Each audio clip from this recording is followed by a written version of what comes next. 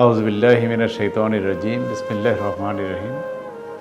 সওয়াব ফাউন্ডেশন, এই ফাউন্ডেশনের শরিয়া সুপারভাইজারি কমিটির অন্যতম সদস্য আমি professor doctor Mohammad Shamsul Alam, vice chancellor ইসলামী আরবি বিশ্ববিদ্যালয়। তো আমি সওয়াব ফাউন্ডেশনকে প্রায় এক যুগের উপরে চিনি। আর্তমানবতার সেবায় এই সংগঠন কাজ করে আছে। বিশেষ করে জাকাত সংগ্রহ এবং জাকাতকে জায়গা মতো পৌঁছানোর দায়িত্বটা ওনারা পালন করেন।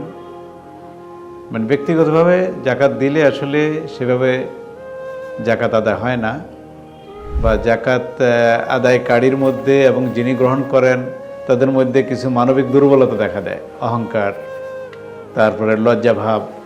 আমি মনে করি যে প্রাতিষ্ঠানিকভাবে জাকাত উত্তোলন করা উচিত এবং সেটা নিডি মানুষের কাছে পৌঁছে দেওয়া উচিত। এই কাজটি সওয়াব ফাউন্ডেশন করে। এবং এখানে শরিয়া সুপারভাইজারি কমিটিতে দেশ সেরা ইসলামী স্কলারগণ আছেন, যাদের মধ্যে দক্ষতা আছে, সততা আছে।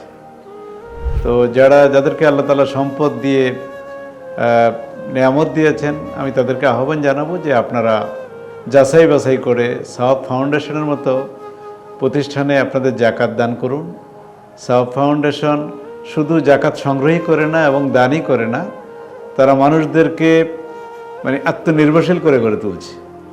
বিশেষ করে বিভিন্ন জায়গায় তারা দরিদ্র এবং বঞ্চিত মানুষদেরকে জাকাত দিয়ে কর্মক্ষম করে তুলছে।